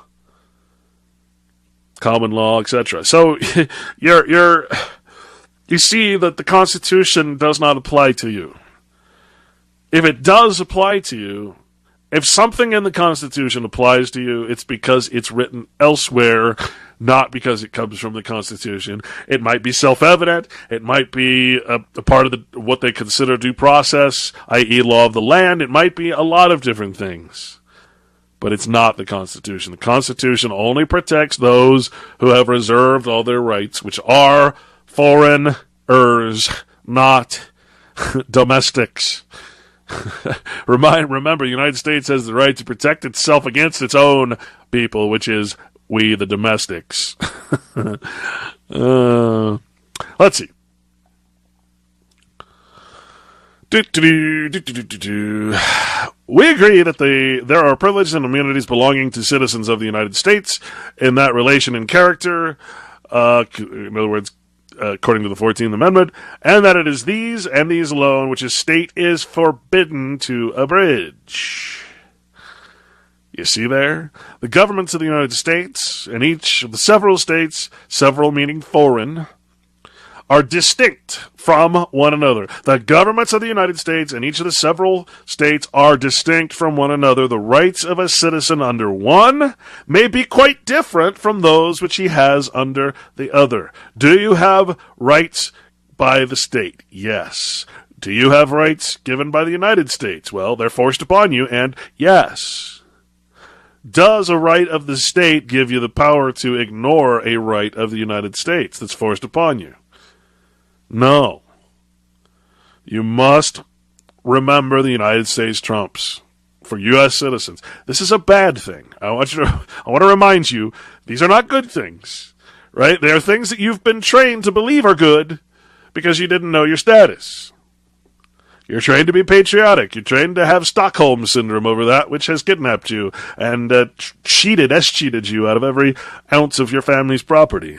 Well, remember, the only true property you have is your child, your blood. And it is your duty to recognize private property, not a legal obligation, but a duty under natural law. You don't call it property, per se. You just call it what's right. I don't know how to explain it. If you don't get it, it's a negative right. I don't have the right to mess with you if you've claimed some land. Okay, it is quite clear, the court declared. The observation of the court in the United States versus Cruikshank, 92 U.S. 542, that the right of assembly was not secured against state action by the Constitution must be attributed to the decision in the slaughterhouse cases that only privileges and immunities peculiar to United States citizenship were secured by the Privileges and Immunities Clause, and to the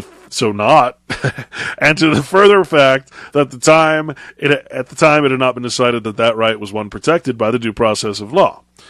Goes into this case, Corfield versus Coriel, 4 Washington, D.C. 371, etc.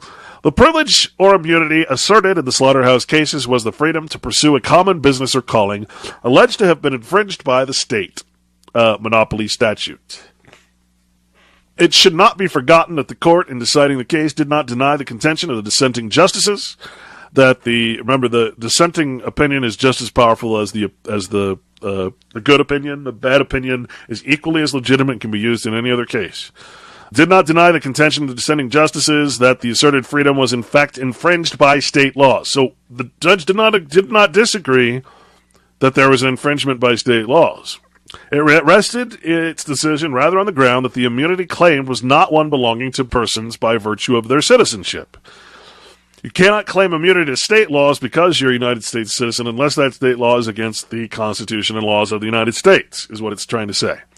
It is quite clear, the court declared, page 74, that there is a citizenship of the United States and a citizenship of a state, which are distinct from each other and which depend on different characteristics in the individual, i.e. your blood, your plus knowledge, and it held that the protection of the Privileges and Immunities Clause did not extend to those fundamental rights attached to state citizenship, which are particularly the creation and concern of the state governments.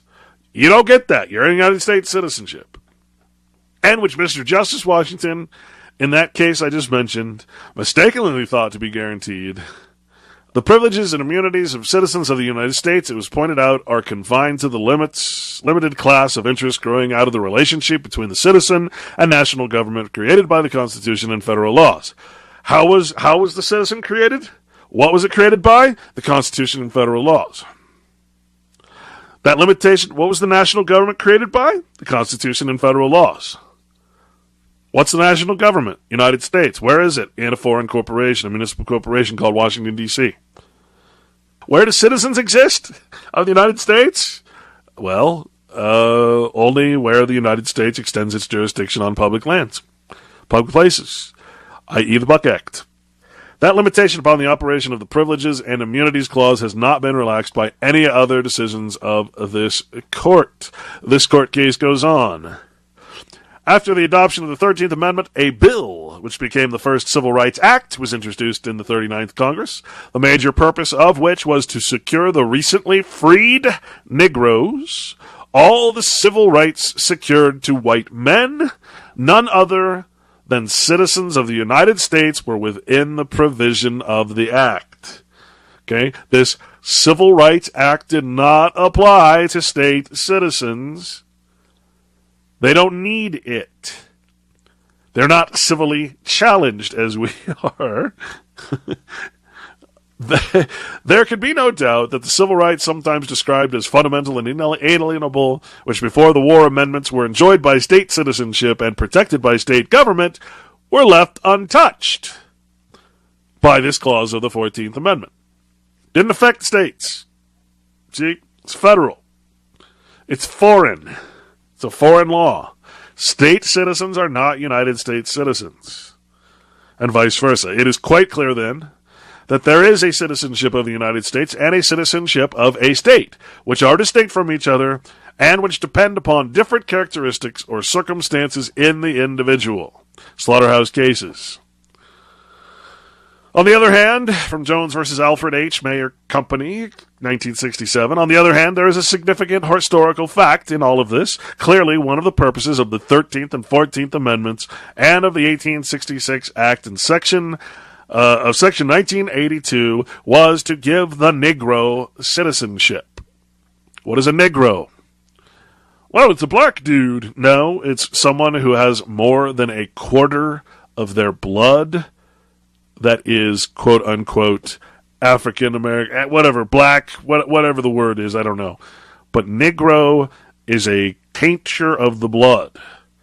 In other words, one that is not considered a white person. That's all it means. U.S. citizens are not considered as private citizens or white persons. That's what it means. The rights of citizens of the state as such are not under consideration in the 14th Amendment.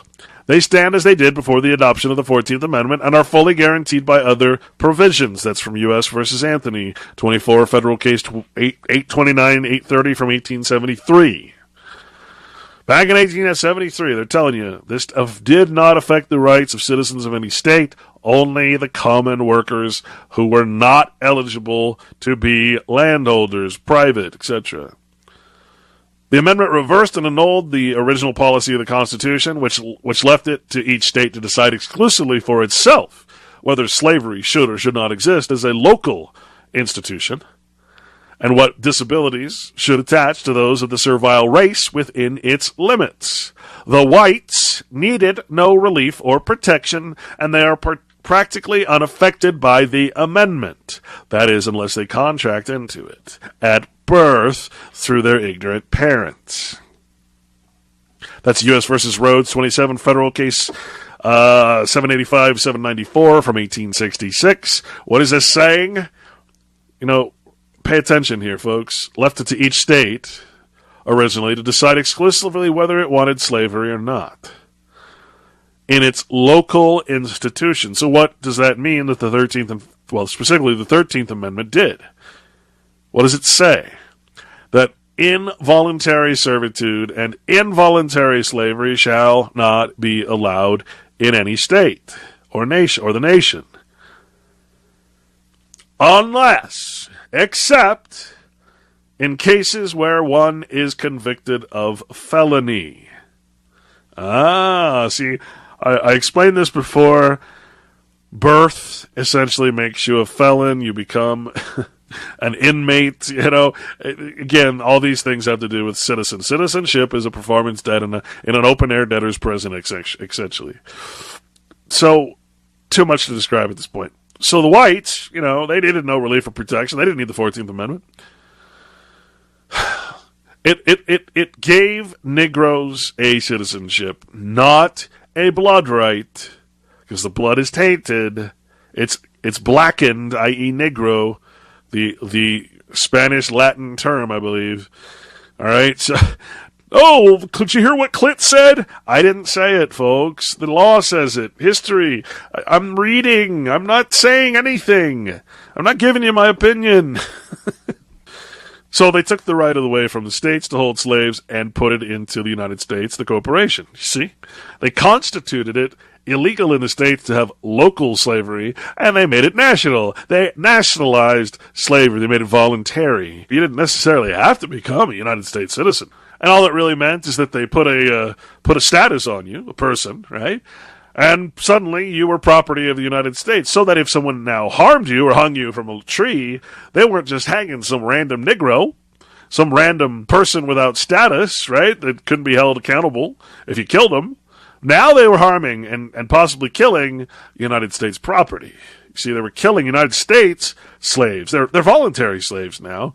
Because, for God's sake, after you get freed from enslavement, of course you'd want to be enfranchised into a citizenship, right? But what else could you do? For God's sake, you'd be in a horrible situation. And that's how basically the 14th Amendment, for all intents and purposes, created the class of Negroes that you see in all the movies where the white people are so frickin' evil and all the black people are their servants. Well, that is what the 14th Amendment really created. Voluntary servitude. Voluntary slavery. That is what the 13th Amendment created. The 14th Amendment then created the status that would fall under. The name, United States citizen. That didn't exist before. There was no United States citizen before that. Not in the term of being a quote-unquote national citizen. There was only state citizenship. So here again, it says, when we talk about freeing the slaves, we mean the freedom of the slave race. Right? What is that saying? The freedom of the slave race? It still considers it a slave race. It didn't stop calling it a slave race. We mean the freedom, i.e. enfranchisement into the United States, from private to public hands, in other words, to make it a corporation of slaves. We mean the freedom of the slave race, the security and firm establishment of that freedom, i.e. franchise status, free slave, they call it, and the protection of the newly made freemen and citizens from the oppression of those who had formerly exercised unlimited dominion over him. What does that mean? Hey, United States just stepped in as your organized crime circuit. We took over all your Negroes. We took them away from you. Right? They're not working on your plantations for free no more. You want to hire this Negro, you're going to have to pay us some taxes over here in the United States so we can grow way out of control and someday dominate you and make you pay taxes. You see? We're going to steal your children's land, by the way. You see, they created, I should say they continued at calling it the slave race. Right? They didn't become white persons just because they became United States citizens. They continued to be the slave race, according to these psychopaths that created this slave colony in the first place, that continued it after the Constitution, and then transferred it slowly, incrementally, and finally by the 13th and 14th and 15th Amendment, after the Civil War, into a nice enterprise corporation located in a foreign district. You know, it's a really incredible history when you see it for what it is. But don't make any mistake that this was the creation of a corporation that not only supported slavery, but later enfranchised slaves into its quote-unquote citizenship, its membership. And make no mistake, freedom, when you say freedom, and you call it a slave race, you can mean nothing else but enfranchisement, emancipation. Look these terms up, folks. But it is just as true, each of the other articles was addressed to the grievances of that race and designed to remedy them as the 15th. We do not say that no one else but the Negro can share in this protection. We do not say that no one else but the Negro can share in this protection. Hey, we didn't say this United States citizen thing is only for Negroes. Hey, what about you, indentured servants?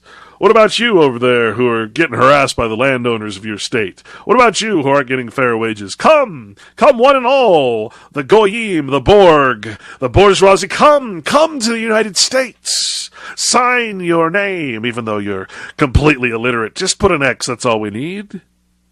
Be a citizen of the United States. Get the same rights as the slave race. Oh, wait a minute. Get the same equal rights as all persons. Persons, yes. All persons have equal rights. Equal rights with the slave race. Yes. That's what you need. And you see, now all that really happened is that suddenly, when you go and you burn or hang a Negro, which, again, I don't mean to make light of that at all. Please don't take me wrong. I'm trying to expose this history, not poke fun or think it's funny. I'm really trying to expose this is our history. We need to face it and stop being a part of it. Stop supporting it. Stop being its members. Right? If you're not happy with the services you're getting from your gym, what do? Do you find another gym? Do you quit the gym? You go work out at home? What do? You quit, you become a state citizen maybe, you quit, you join a monastery, I don't know.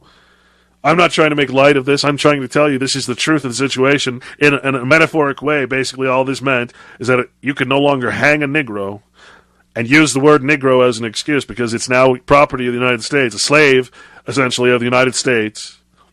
And if you harm that property, you're harming what? You're harming its future labor potential. You think they give citizenship to someone and don't expect them to then work and pay taxes? No, you're killing now the property of the United States, the potentiality of human capital labor. And you're going to get in trouble now. See, don't you go hanging those Negroes. No, they're United States citizens now. They have equal rights. They are persons with equal rights as your person. You see, and because you're a person, you're sanctioned, etc., etc., etc. So, come on, follow the lights. All are welcome. Come to the light. Come to the United States. We will give you benefits and equal rights. That is, equal rights to be punished under the law and extorted and exacted from. This is the history, guys. Like I said, I don't mean to make light of it, but what can you do? You see it for what it is. You can't. I can't take it seriously anymore. It's a fraud. The conventions of a number of the states, having at the time of their adopting the Constitution, expressed a desire in order to prevent misconstruction or abuse of its power that further declaratory and restrictive clauses should be added. In other words, they saw right through what these Masons were doing, and they said, oh crap, let's protect ourselves, screw the slave race, screw the commoners, but let's protect ourselves by adding these 12 amendments, which 10 got passed, or 8, something like that. The 13th, 14th, and 15th Amendments were a radical and unlawful departure from these principles, for they purport, at the behest of Congress, to bestow powers not contemplated by the founding law upon Congress. Oh, what does that sound like? What we've been talking about. Again, the Reconstruction Amendments, the 13th, 14th, and 15th Amendments, as they're creating their new corporate structure in a foreign entity outside of the States United, were a radical and unlawful departure from these principles of the Constitution, for they purport at the behest of Congress to bestow powers not contemplated by the founding law upon Congress. That goes back to Patrick Henry. Where the hell did you get off saying we the people instead of we the states? Hey, something's wrong here. With the 14th Amendment, Congress declared itself capable of creating its own citizens of a class and nature unique and subservient to Congress itself.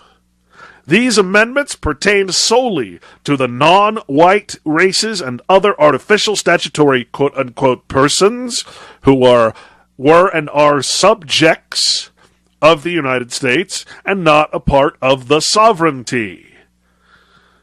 The 13th Amendment is a great extension of the powers of the national government. That's from United States versus Morris, 125. Federal Rep, 322, 325. How are we doing on time right now? I always lose track of time when I'm doing this. It looks like we're about out, actually. So, I could go on. This is all going to be in book number 2, which will have the same name, but volume 2, of course. All of this stuff is going to be lined up in a way that you can read it like a storybook. This is stuff we need to know. I've got so much more. The 14th Amendment does not profess to secure to all persons in the United States the benefit of the same laws and the same remedies. Well, that sounds different, doesn't it? That's Twining versus New Jersey. The 14th Amendment creates and defines citizenship of the United States. Wow. So it had long been contended and been held by many learned authorities and never judicially decided, to the contrary, that there was no such thing as a citizen of the United States, except as that condition arose from citizenship of some state. No mode existed of obtaining citizenship of the United States except by first becoming a citizen of some state.